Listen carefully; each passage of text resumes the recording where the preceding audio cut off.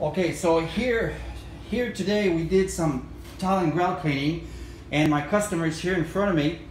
And now I'm going to ask you a couple questions here. Now, how long had it been since it was not clean professionally? Have you ever had it cleaned professionally? I've never had it cleaned professionally. So I bet you have tried yourself to clean it, right? I tried myself, vinegar, baking soda, grout products. Okay. So how did that turn out for you? Nothing like this. Nothing like this, eh? Improvement, but nothing like this. So did we exceed your expectations? Much more than my expectations. Much more than your expectations, yes. Okay. Now here we have the tile and grout. Unfortunately, it's clean now, but it was due. To me, it was normal. So we don't over-deliver promises to our clients.